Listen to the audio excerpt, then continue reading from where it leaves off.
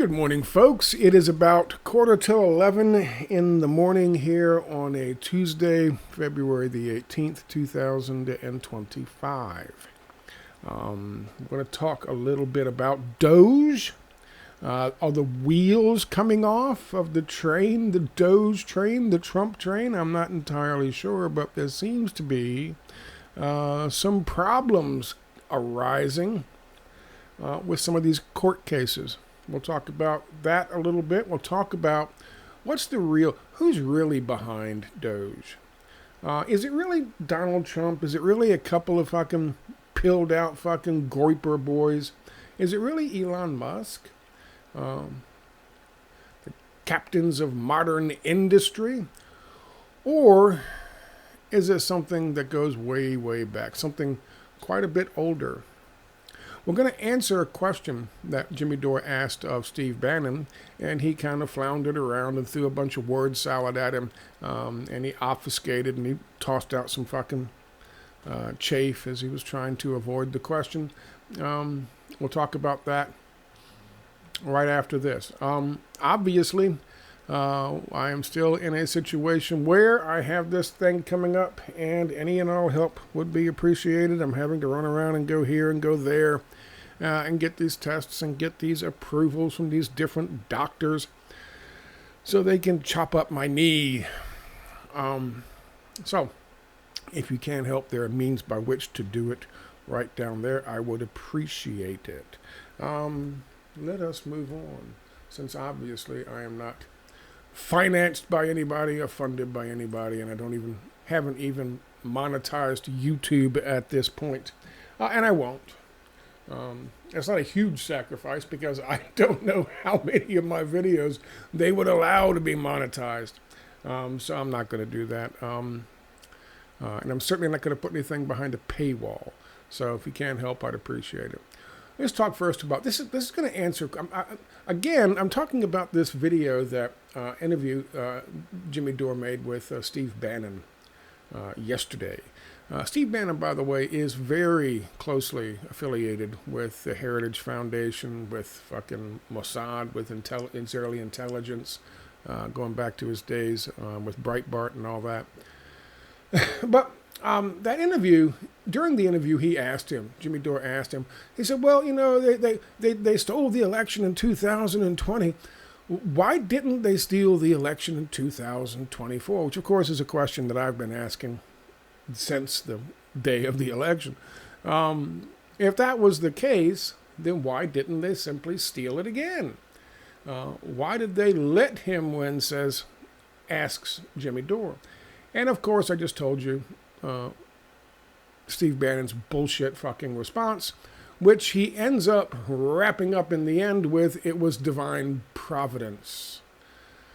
God kept the deep state from beating, from keeping Donald Trump out of that's, I guess, the mandate from God, which is kind of frightening when you think about it, because people will buy that. They will go, yes, it's the Lord's fucking... That's the same fucking shit that kept monarchs in power. They rule by divine right.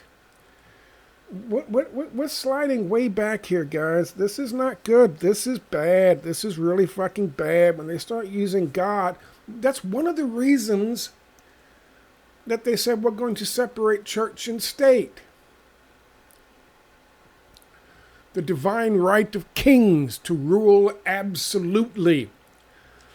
And now here we have Donald Trump and Steve Bannon saying that Donald Trump was, and Trump has hinted at it in the past.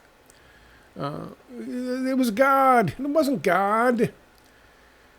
It was the establishment. It was the billionaire class. It was the people who are going to profit the most from what is happening and what they are trying to do. It was the billionaires, the Skaith Foundation, what's her name? The people who have contributed hundreds of millions of dollars to the Heritage Foundation. People who have contributed tens and tens of millions of dollars to the Project 2025 plan.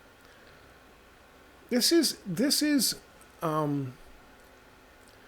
deeply disturbing stuff. It is not. They didn't just let him win. He lost. They made him win. They made him win so that this, what we see happening right now, could happen. That's just a simple fact. People ask, why would CBS give in? Why would ABC give in and just give in to the $25 million fucking lawsuits and just pay fucking Donald Trump for shit, for journalism? The answer to that question is also very simple, because CBS isn't an entity unto itself. It is owned partially by BlackRock, State Street, Vanguard, Goldman Sachs, other big fucking business interests that are going to profit from this. And by setting an example, by giving in to a lawsuit, that sets a legal precedent. Because BlackRock, State Street, Vanguard, Goldman Sachs, they don't want journalism being done in the United States that would threaten to get in the way of what they're doing. Which, by the way, somebody asked me, what's the point of this? This is the point of this. This is called journalism.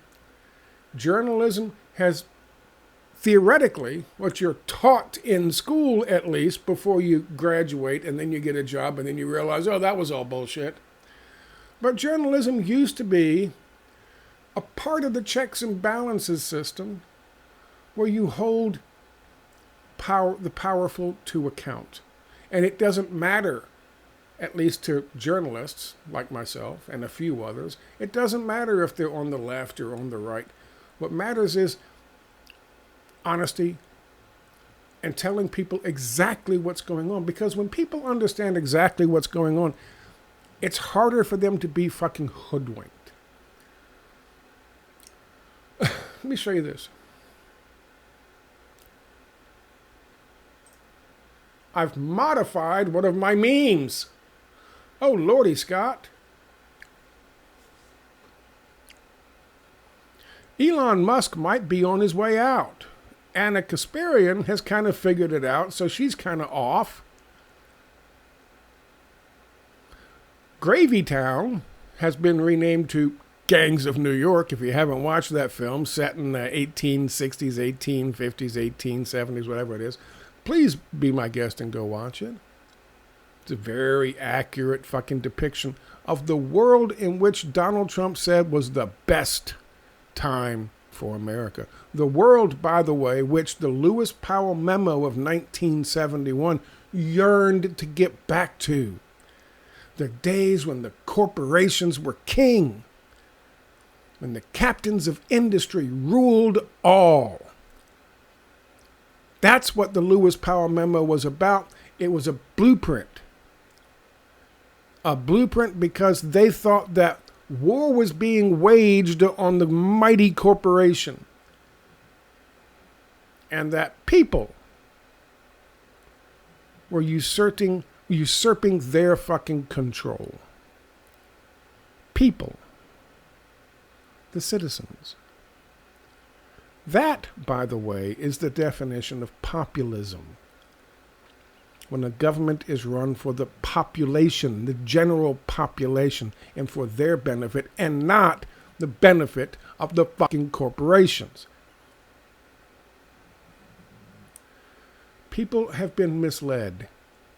People have been lied to and told that that's what Trump stands for. No, no, no, no, no. Trump is the most anti-populist president that I've seen in my lifetime. And that says a lot. I don't often amend my memes, so this tells you that this is an important fucking development. All right? This is an important development. Scott has amended a meme. Somebody make a note. Call the Wayback Machine. Let everyone know. He's amended one of his genius, brilliant, and brilliantly fucking animated memes, by the way. Thank you very much. But that is absolutely 100% accurate. Now, is Elon on the way out? Let's find out together, shall we? First and foremost, welcome Aunt BB. She has put together an article, written an article full of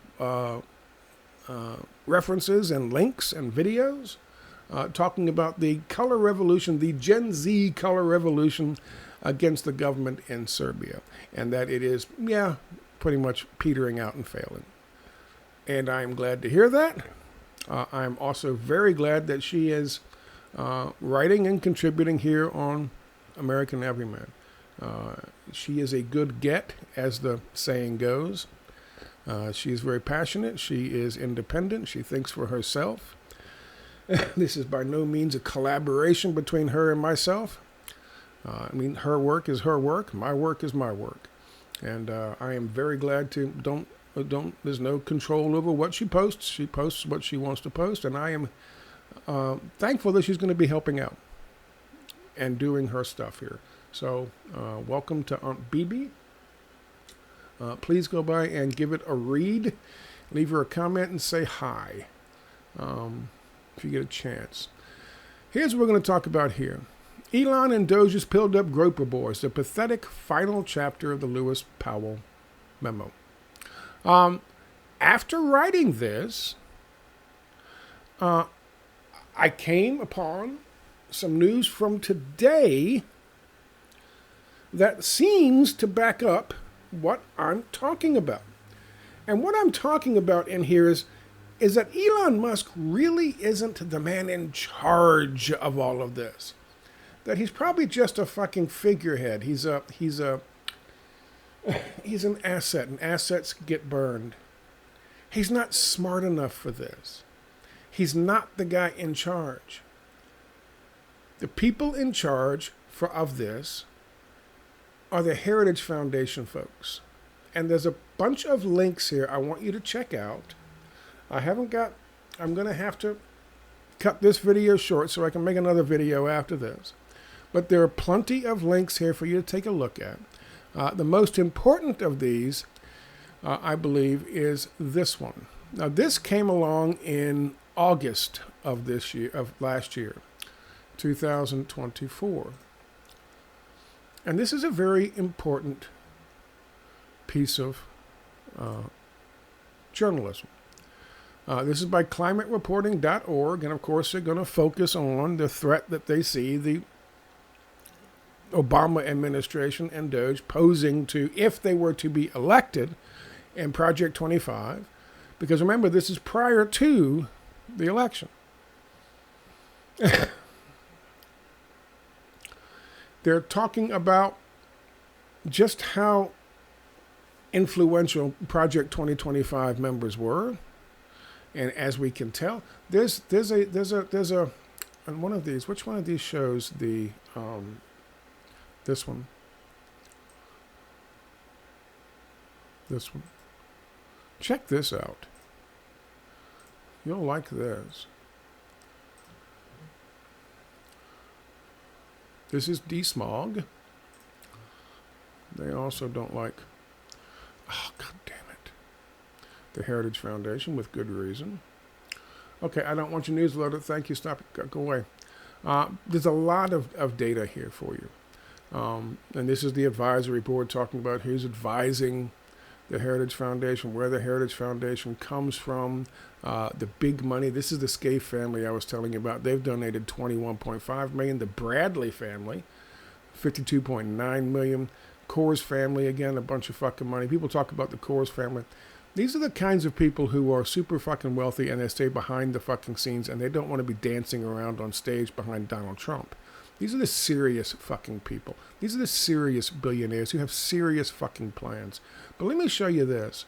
The Guardian noted that Vogt is one of several Trump picks who have direct ties to Project 25. And here are the rest. And I'm sure it's been updated and added to since then. All of these folks were all part of Project 2025. This is an interesting article, and they have interviews with Vote and with another gentleman. This is the one with Vote. That's the other gentleman right there. But here's the interview, the original interview with Vote. Now again, these were caught on hidden cameras. These people thought they were talking to donors, the rich class, or representatives of the rich class. And so they agreed to sit down with him and talk about it.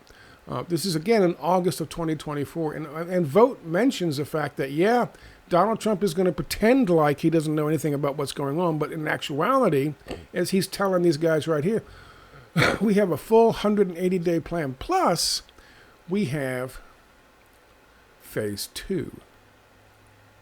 Now, the full 900-page, which I had links to. There's a link to the actual thing down below on my website. Project 2024 plan for fucking Donald Trump's quote unquote transition. That's phase 1, but phase 2 they didn't publish, and in fact, they kept it very, very secret because they didn't want Freedom of Information Act requests to be able to get a hold of these. The phase 2 was, this is exactly what you're going to do and when you're going to do it. And as far as we can tell, everything that's happening right now in terms of the Consumer Financial Protection Bureau, in terms of the getting access to the Social Security data, doing away with fucking USAID, or putting that on hold and doing away with the good stuff that it does and keeping the bad stuff that it does. All of this stuff, getting rid of the investigators general who are overseeing what's happening, or who usually oversee what's happening in the White House, the executive branch.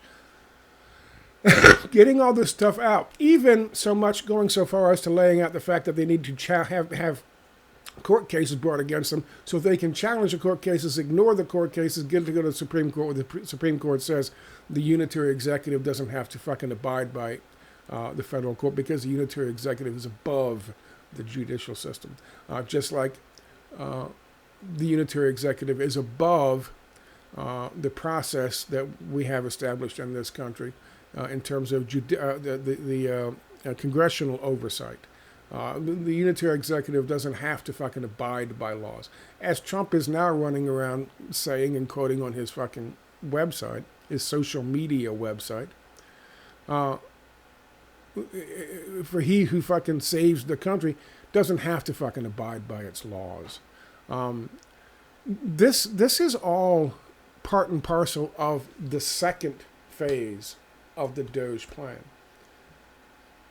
which Elon Musk is not clever enough to have written. The one I showed you before gave you a list. It gives you a rundown, a list of the number of people involved in this. There's one of the websites that I have a link to down there tells you about how the financing that's pumped into the Heritage Foundation, how many people actually work for the Heritage Foundation, and it's immense. It's immense. This is where they're getting their fucking marching orders from. It is not Elon Musk, a guy who was so weak he's got to show up behind the fucking deliberately upstaging the president of the United States for a power move, holding his kid up literally as a human shield to keep people from asking tough questions while his kid is there, and then a guy who's clearly, when Donald Trump's not around, telling his kid what a bitch he thinks Trump is, because that's exactly how his kid was acting towards Donald Trump sitting in the fucking Oval Office. That guy, I told you, talking about this over and over again, especially watching that video, that guy is not in charge of jack shit. He is not. This is my position. This has been my position. He's a front man for the real power who don't want to be associated with this, but they want it done. They want to get it done. He's walking around with T-shirts, he's got a T-shirt on that says Doge or some dumb shit. He's a clown. They've got, that press conference had 2 fucking clowns in it and 1 serious person. There were 3 people in the press conference. 2 of them spoke, 1 of them didn't. But he did, but it's kind of quiet and mumbled. You tell me which ones are which. To that end, I found this. Already throwing Elon, see the sci-fi book written by a Nazi under the bus, the Trump administration said in a court filing yesterday that Musk is not in charge of the pilled-up Groyper boys of Doge and says the marching orders are coming from someplace else. Yeah, they're coming from someplace else. They're coming from the Heritage Foundation, their big business backers, and Project 2025, just like I'm saying in this article. And here is what we're talking about. This is an official court filing. Yeah, you can say what you want about, stopping Elon Musk, but he's not the one in charge of all this stuff. He's not. Wow, I should have known that I'd be inundated with ads. I don't have ad block on this. Sorry. Wow, you get another ad when you hit the fucking pause button. Nice. President Donald Trump's billionaire ally Elon Musk is not actually in charge of the so-called Department of Government Efficiency. Look at all these fucking ads. Jesus, greedy motherfuckers. According to a Monday court filing raising more questions about the operation that has wreaked havoc across the federal government.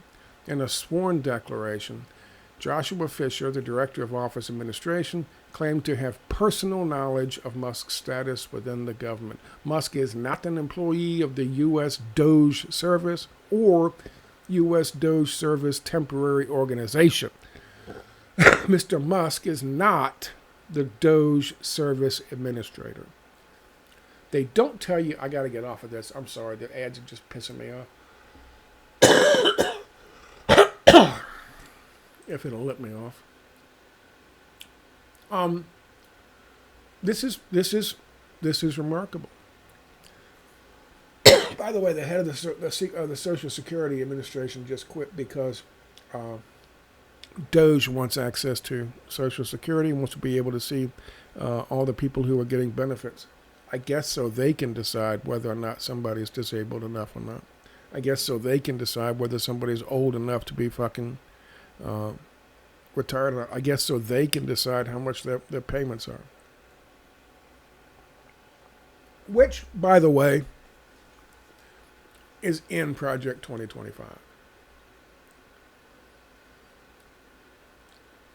There's an article here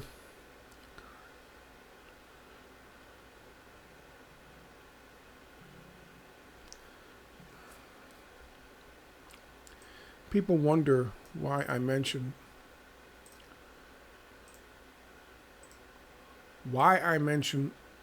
the Lewis Powell Memo of 1971. Understand this. The Lewis Powell Memo of 1971 was a plan to retake the country, to get back to the MAGA days of 1860s, 1870s, 1880s, when corporate power was at its highest, the Gilded Age, as it was named. After that, after 1933, and of course the New Deal, things were being implemented, controls were being implemented. We really started to develop and strengthen what was called a regulated market economy. And that created the first middle class the world had ever seen. It wasn't created in 1850, 1860, 1870, when the rise of the captains of industry and corporate power was at its highest. Remember, Trump's own fucking words were he wants to go back to the time when America was the greatest, and that was 1850s, 1860s, 1870s. The Gilded Age. The whole point of the Lewis Powell Memo was to figure out a way to convince the American people that they needed to support what was the antithesis of their own self-interests. And that was they needed to convince the American people that it was the pursuit of absolute fucking power and absolute fucking wealth was a noble pursuit,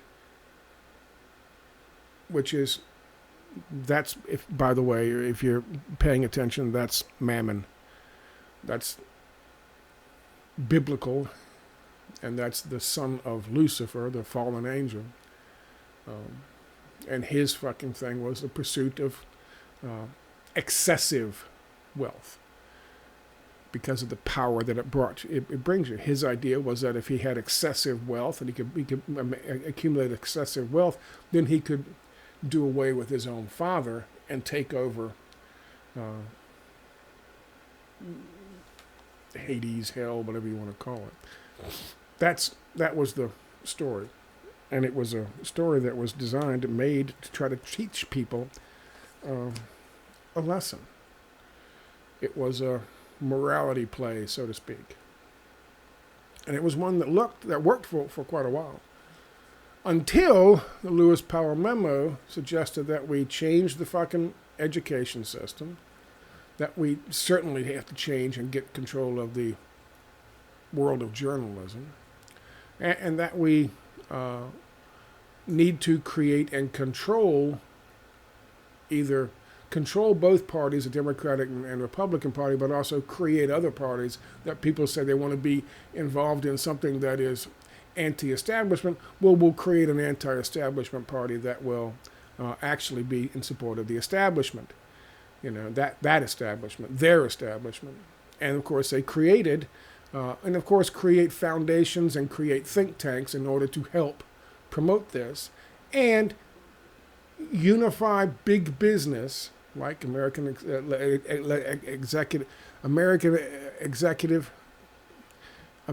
legislative something, ALEC. You know what that is. Maybe you don't know it.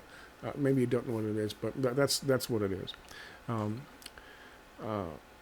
Get big business to come together and work together and conspire literally against the people of the United States and the government of the United States of America. Because they wanted a reset back from what happened in the early 1930s. They wanted a reset to go back to the glory days, to make America great again. This was 1971. And what came of that, among other things, was Libertarian Party to pretend that their pursuit of just money and doing away with regulations and small government and no taxes on the super wealthy, that supposedly was anti-establishment. That was nothing but the establishment. But they created that so they could drive people to that, through people like Ron Paul and others. But they also created something called the Heritage Foundation. And the Heritage Foundation is what created Project 2025. And it's the Heritage Foundation and those guys who are actually destroying our fucking government as we speak right now. It's not Elon Musk, that fucking idiot. And Elon Musk is an idiot. If he's allowed to walk into a room and everyone's like, ooh, he's so rich, then he's not an idiot. But if he walks into a room and he has to sit down with serious people, the kinds of serious people I just told you about, he's an abject moron. Which is why they have no problem throwing him under the bus. There's a good thing here let me show you this, on the Lewis Powell Memo. This is from Greenpeace. I'd like to see that go away.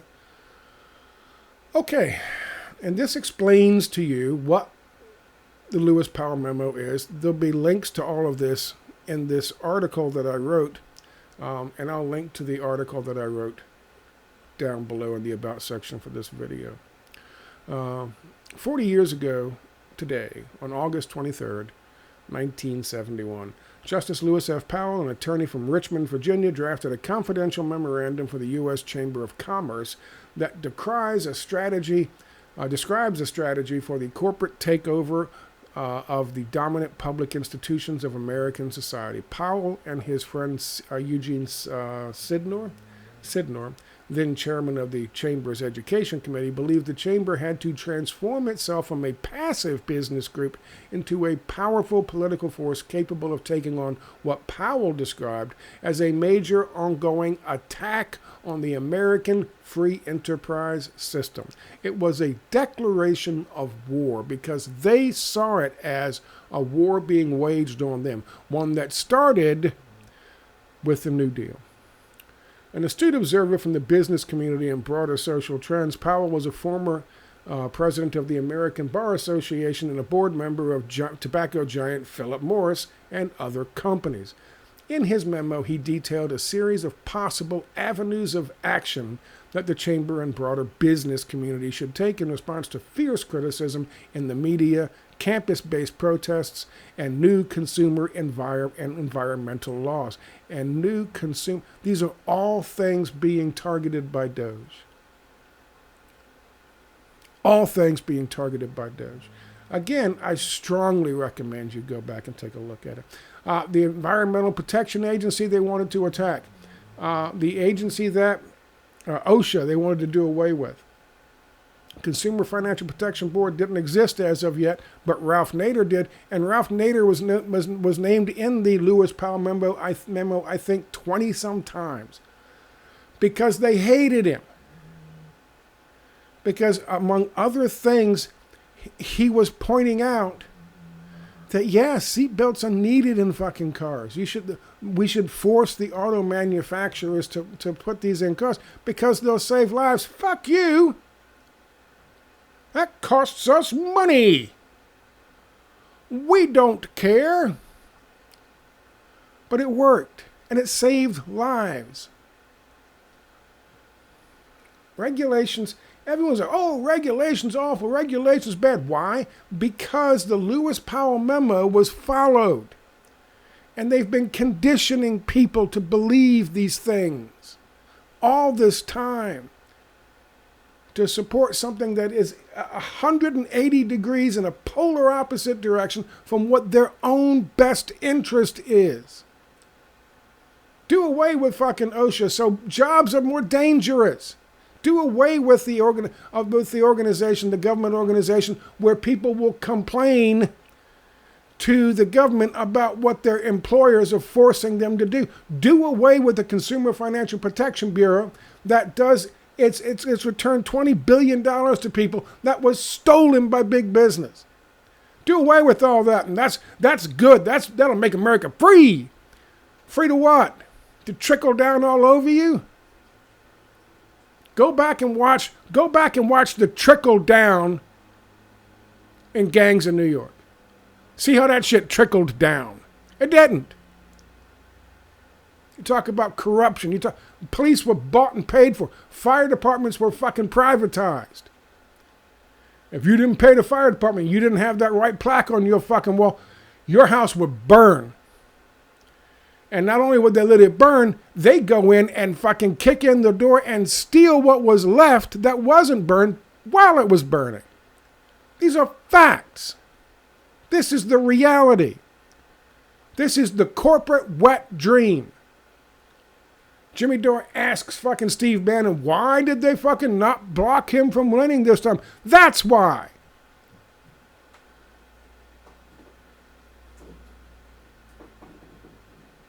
Here's some quotes about this. Oh shit, it's not here. Which one has it? Oh, this is it right here.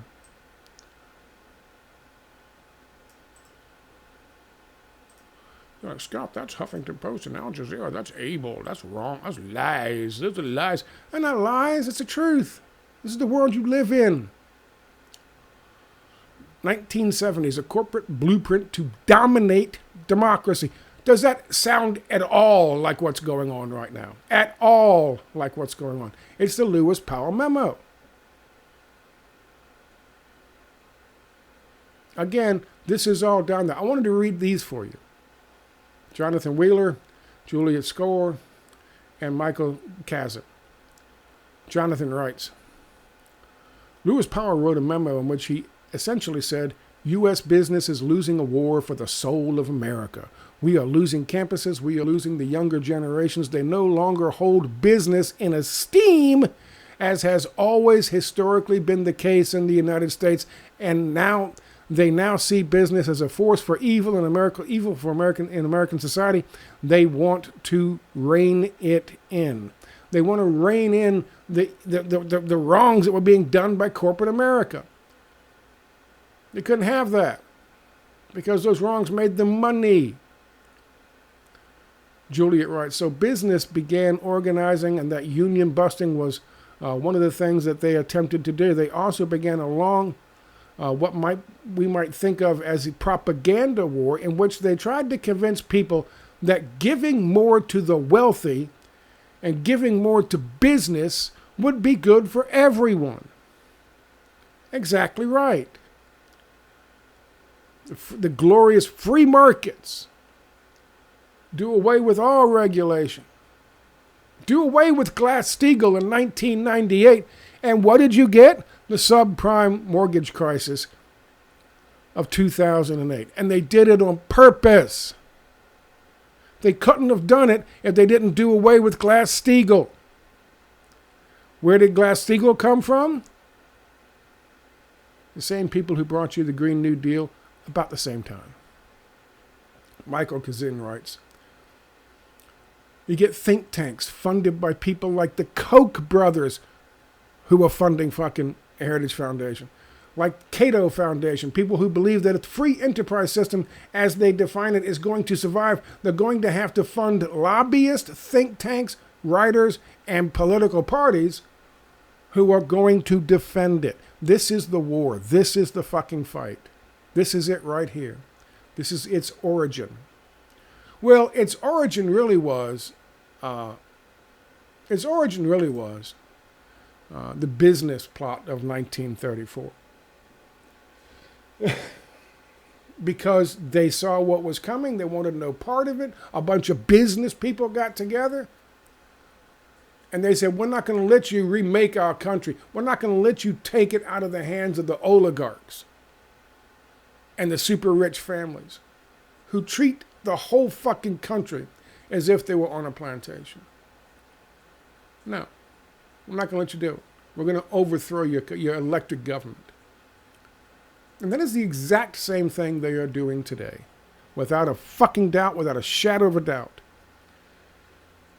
Elon Musk is not someone smart enough to have come up with this. They are allowing this guy, this arrogant, want to be in front of the camera asswipe guy, to be the fucking front man. Because like every other fucking asset, they don't care if he's burned. Noriega was a fucking asset. The guy in Iraq, Saddam Hussein, was a fucking asset. Even at some point in time, Muammar Gaddafi was an asset, but he kind of flipped. And so too did fucking Noriega, and so too did fucking Saddam, which is why they burned him. These are assets. Just like Elon is an asset of theirs. And they will burn him as needed. But what they want is this transition. And they think that they have convinced enough of the people in this country to believe in their ideology.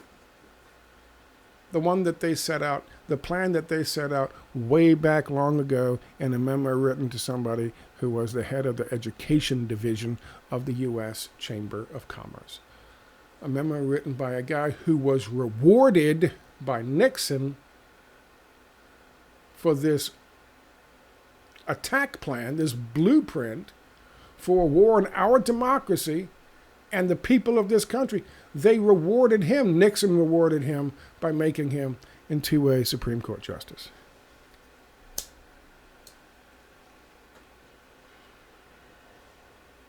This is the plan.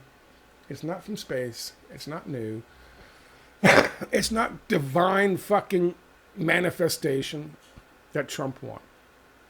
Trump won Because after their plan to let some fucking dude take 6 shots at him and then have his head blown off so he couldn't testify, he couldn't walk down the hallway and go, I'm a patsy, like somebody else did a long time ago. When that failed, they had to talk with Mr. Trump. And they said, this is how it's going to go. Next time, it's going to be somebody who's not a dumbass. And you'll be gone. Or you can play ball. If you play ball, we'll make sure you win. And these are the people you're bringing in. You got your fucking Project 2025 guys. You know them all. They've been working all this time at Heritage Foundation. You're going to stop talking about it. You're going to still pretend like it's not yours. You have no idea before the election. But this is the blueprint. This is the brick they're dropping on the people of America. You're going to allow it, and you're going to support it. And if you do so, we'll pay you with a carpet of gold. But if you don't, we'll carpet bomb you. That's the same deal they gave the Taliban back in the day. The Taliban said, fuck you. So, 12 years later, we leave Afghanistan with our tails between our legs. Anyway, that's where we are today. My meme is gone. I thought I'd bring my meme back up, but I guess not. Again, I want to thank Aunt BB for contributing, for joining. That's awesome. Stop by and say hi. Leave her a comment. You have to be signed in, I think, now to Google. However, before, when it was just anonymous stuff, I couldn't even leave a comment. Now I can leave comments myself on things. So sorry about that, but it's owned, bloggers owned by Google. If I could set up another one on my own fucking thing away from Blogger, I would, but I can't right now. So just go by and leave a comment and say hi. Anyway, I thank you guys for your time. Hope you got something out of it. And we'll talk to you next time. Bye-bye.